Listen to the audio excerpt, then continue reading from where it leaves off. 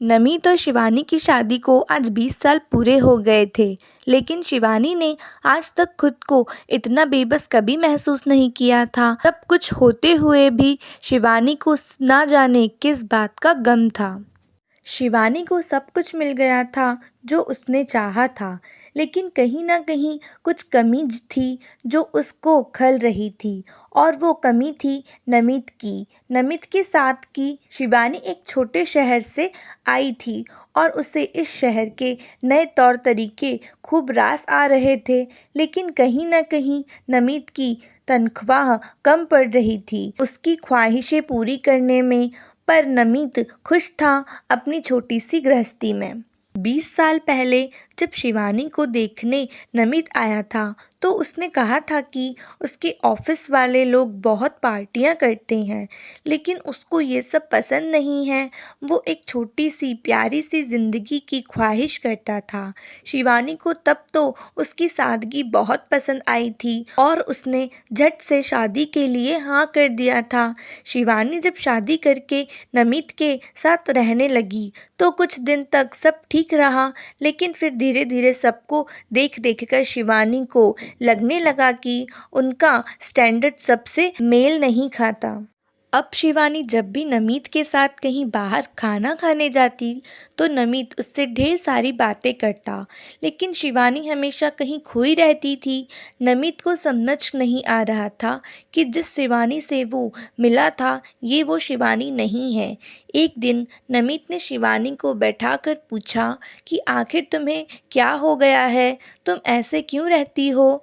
तब शिवानी ने बताया कि मुझे एक अच्छा लाइफस्टाइल चाहिए, इस तरीके से मैं नहीं रह सकती जैसे हम रह रहे हैं।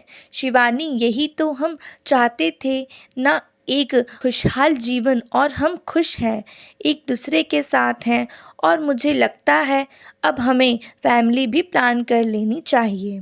नहीं नमित, हम फैमिली तभी आगे बढ़ाएंगे जब तुम एक अच्छी सी नौकरी पकड़ोगे और तुम्हारी अच्छी तनख्वाह होगी, वरना इस सैलरी में तो हम दोनों का गुजारा ही बड़ी मुश्किल से चलता है। शिवानी, हम खुश ही हैं, और तुम्हें क्यों ऐसा लगने लगा है कि हम अपना परिवार अच्छे से नहीं चला पाएंगे। बस नमित, मुझे कोई बहस नहीं करनी, मैं अपना फैसला नहीं बदलूंगी। नमित ने शिवानी को विश्वास दिलाया कि वो नौकरी बदल देगा और जैसा शिवानी चाहती है वो वैसा ही करेगा। सच नमित, कहते हुए शिवानी नमित के गले लग गई, लेकिन उसके दिल में उठ रहे तूफान को नहीं पहचान सकी। अब नमित ने नौकरी बदल दी और धीरे धीरे वो इतना व्यस्त रहने लगा कि रात को देर से घर लौटने लगा और पैसा आने लगा था।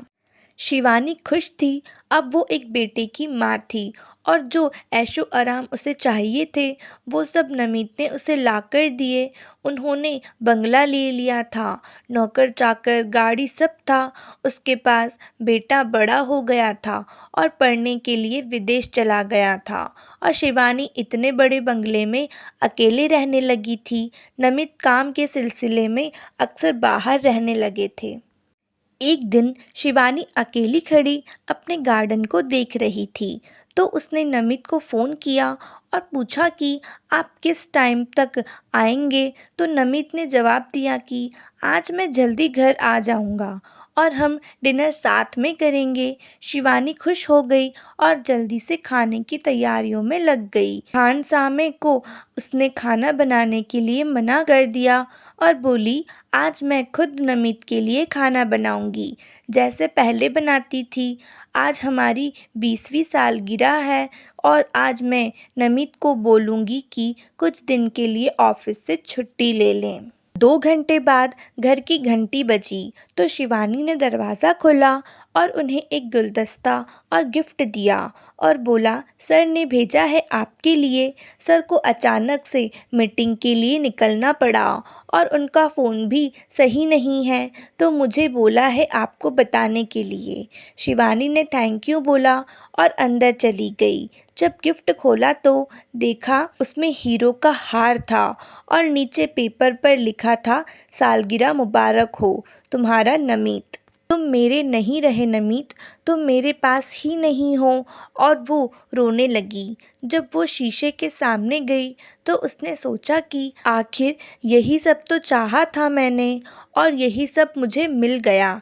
मैं शायद नमित की गुनहगार हूँ, क्योंकि उसने ऐसा कभी नहीं चाहा था, पर मेरी वजह से आज वो ये सब कर रहे हैं। उन्होंने सिर्फ मेरा साथ चाहा था, लेकिन मैंने ही उन्हें इस ज़िंदगी में झोंक दिया। आज की स्टोरी बस इतनी ही। अगर स्टोरी अच्छी लगी हो तो चैनल को सब्सक्राइब करें और वीडियो को लाइक करना बिल्कुल मत भूलें। मिलते हैं अगली स्टोरी में। Thanks for watching.